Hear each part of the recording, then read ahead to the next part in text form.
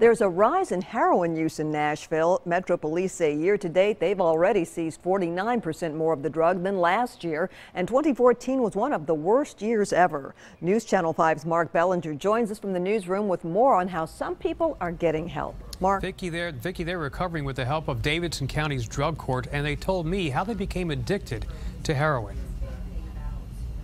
I couldn't even go to work unless I had some.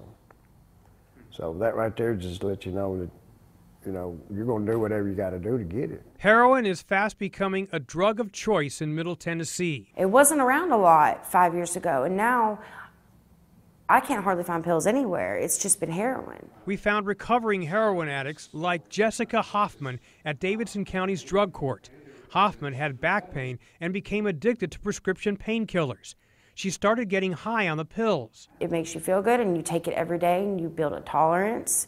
You have to take more, and then, by the time your prescription's out, you realize that you're sick, it feels like you have the flu.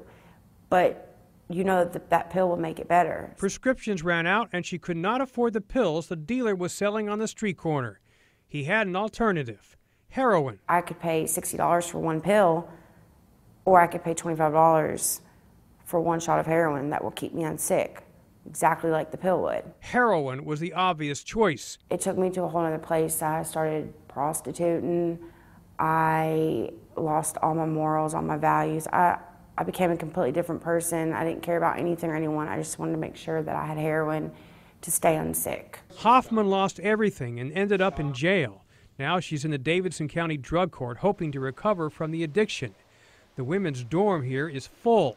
Heroin is coming on strong. Tony is another recovering heroin addict.